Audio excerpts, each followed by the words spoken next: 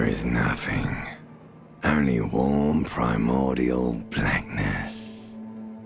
Your conscious ferments in it. No larger than a single grain of malt. You don't have to do anything anymore. Ever. Never, ever.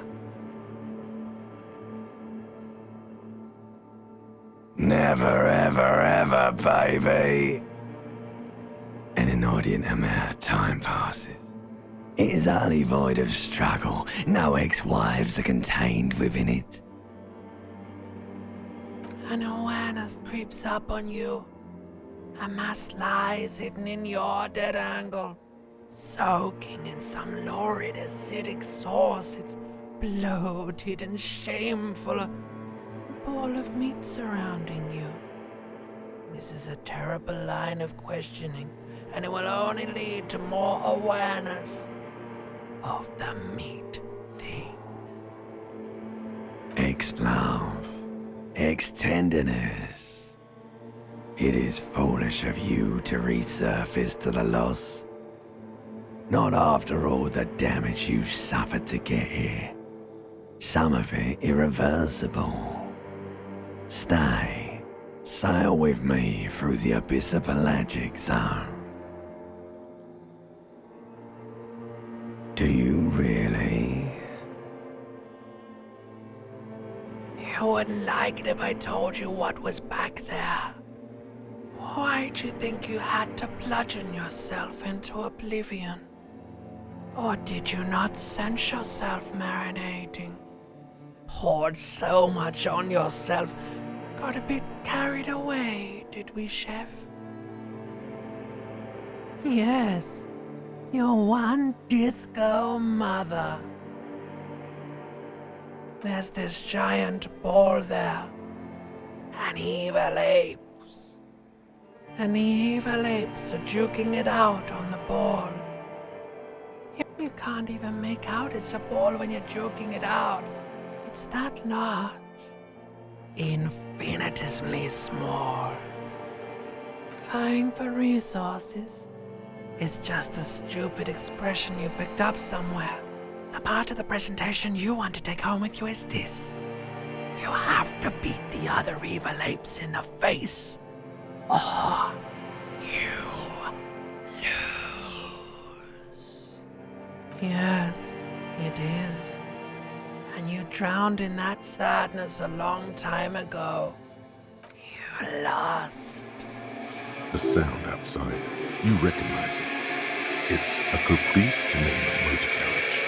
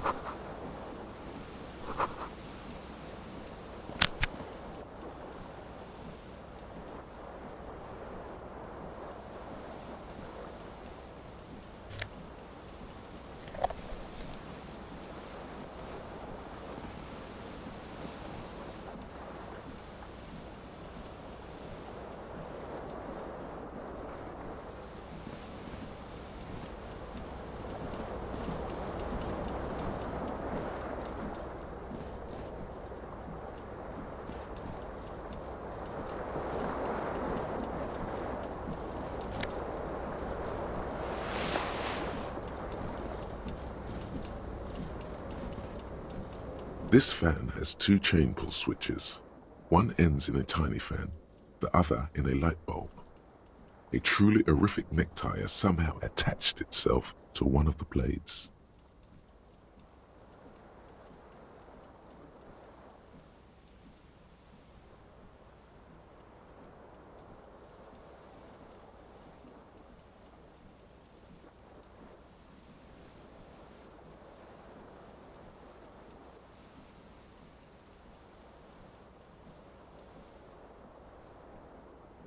The blades come squeaking to a halt. It should be easier to reach the tie now.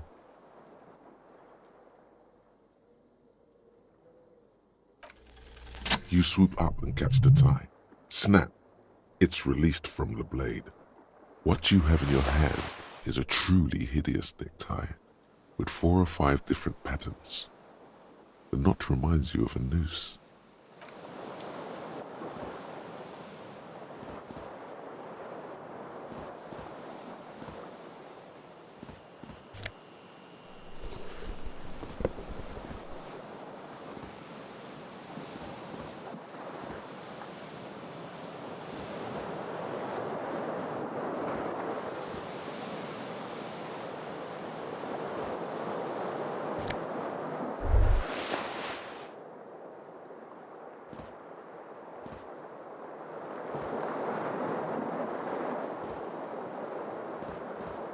The window stands broken in its frame.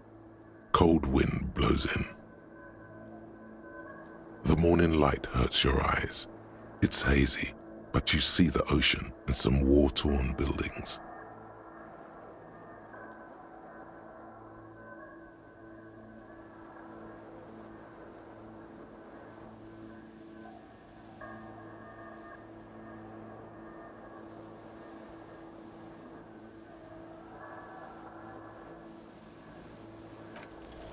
The shards face outward.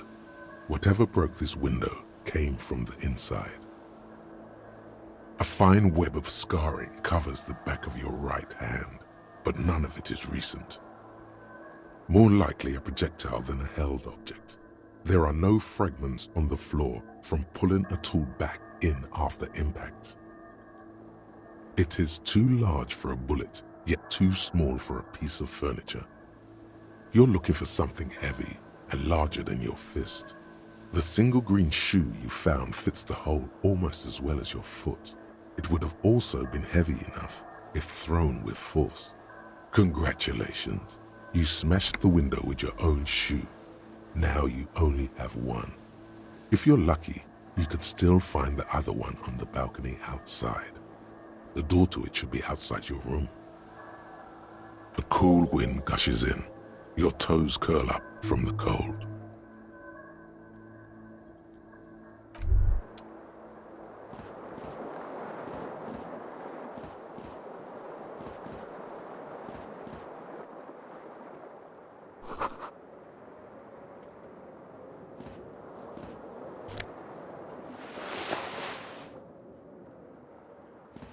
A mirror hangs above a bent and broken sink.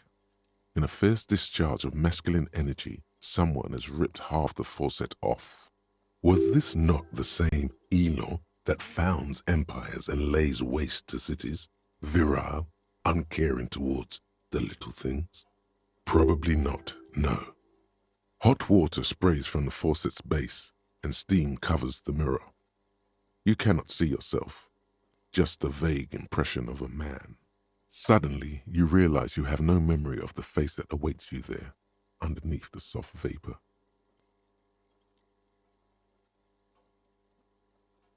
As you slowly reach your hand towards the surface of the mirror. Abort. You clearly have not thought this through. You won't like what you see there, and you will never unbecome it. Yeah. There is definitely something wrong with it. Where to even begin? There is the bloatedness, then the swollenness. It's like there's an upholstery of alcohol underneath your skin.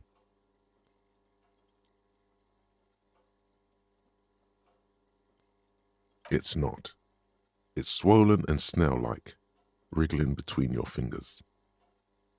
Don't be scared. It's only your face. It's not like anyone's going to see it. Bet you are.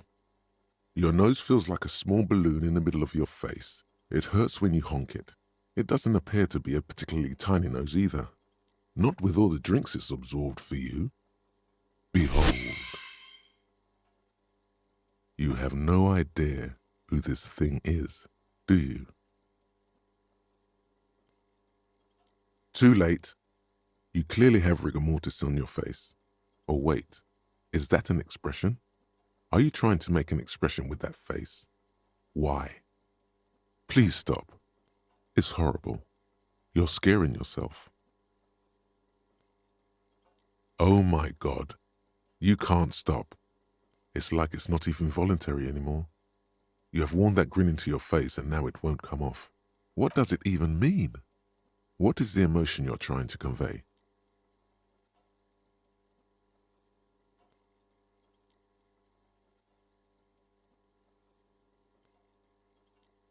Please promise yourself you are not going to try it on any of the ladies, whatever happens. That's right. Not even yourself. Go ahead, try something. It's not an order.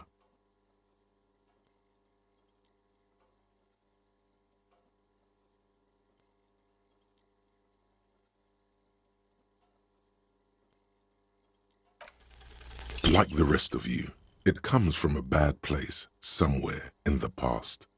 That's all you know for now.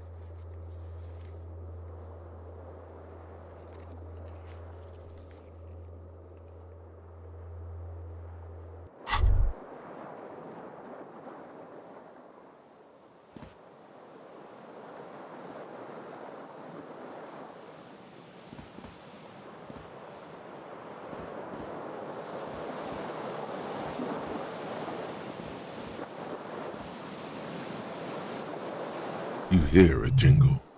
Keys are clinking in the pocket of your flare-cut pants. It says whirling in rags on the aluminium keyring.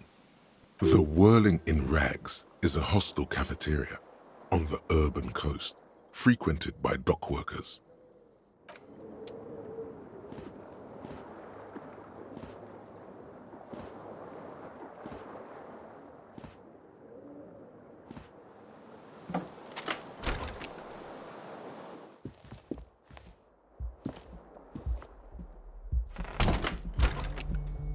Hello, officer.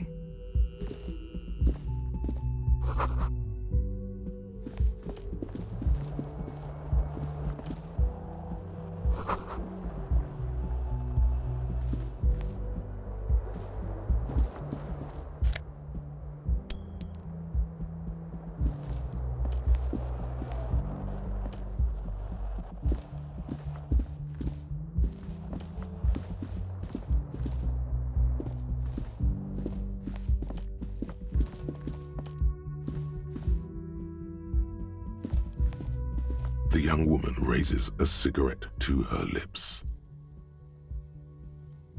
Her eyes are brown and her face is speckled with birthmarks. She can't be more than 28. A silver jumpsuit falls off her like scale armor, sparkling. This is the sparkle of too many nights out on the city. No.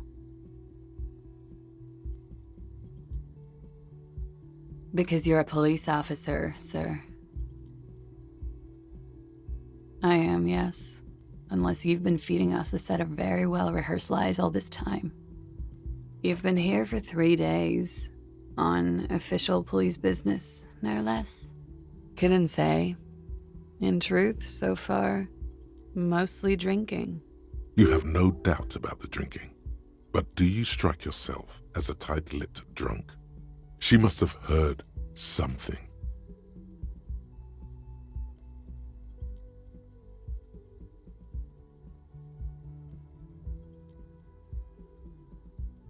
Could it be because of the drinking? She hasn't had time to put her makeup on. This is her morning cigarette. She looks tired, her beauty waning faster than it ought to at her age.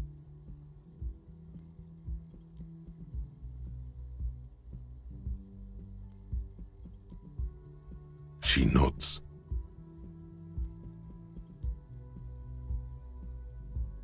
There's a mercenary out back. He's been hanged. The body has been there for a week now. The locals probably got tired of it and called the cops. I didn't mean to overwhelm you with information. You seem a bit lost, officer.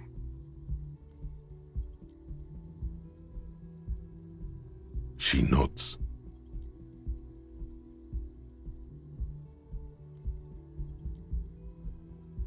There's a mercenary out back. He's been I didn't mean to overwhelm you with information. You seem a bit lost, officer. Don't be so harsh on yourself. They let almost anyone be a police officer. Of course. Be careful, officer. They don't like the police around here. Something stirs in you as she's about to go. Call it an instinct, a need. The need to ask questions.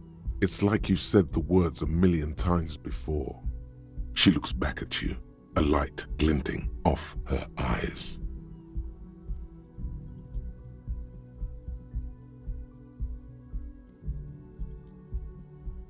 Yes.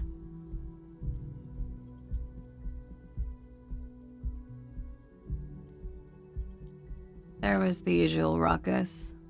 Loud disco music. I couldn't say. It's impossible to hear people speaking from over here. Oh, yes. Various artists. Ostentatious orchestration prime among them. Oh, that.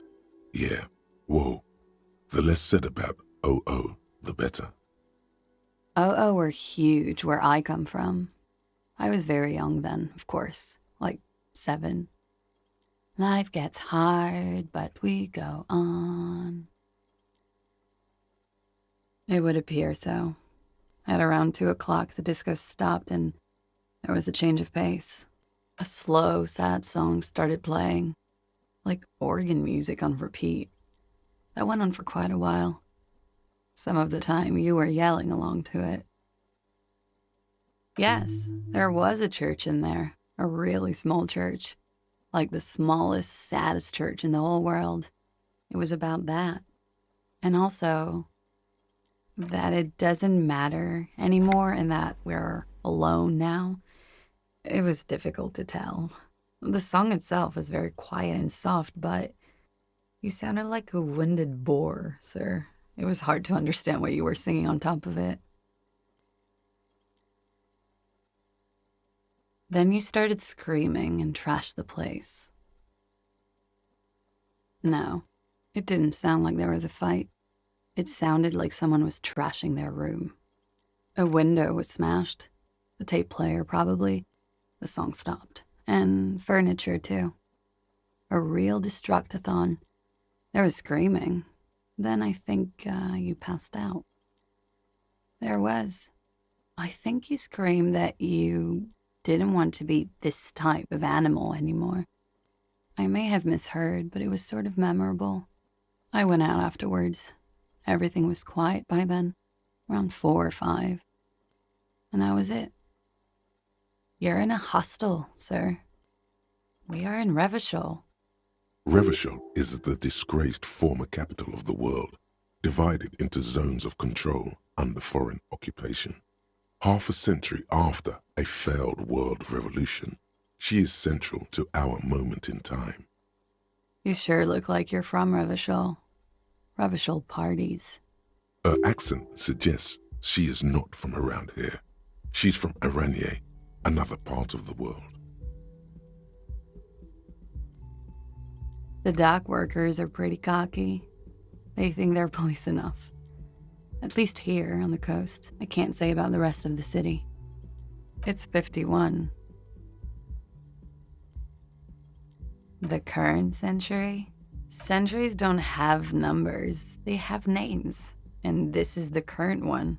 Civilization has existed for 8,000 years, sir. You're right. There is nothing funny about civilization. Glad to have been of assistance.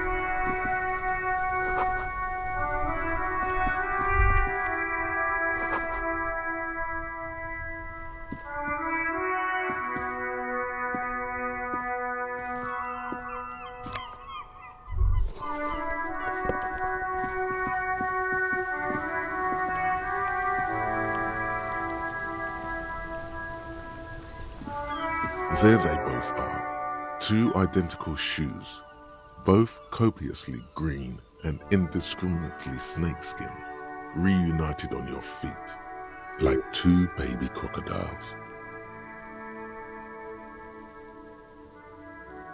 It's pretty clear a normal cop is not what you are. Good, they're balanced, comfy. Feels like the only good thing about you right now, truth be told.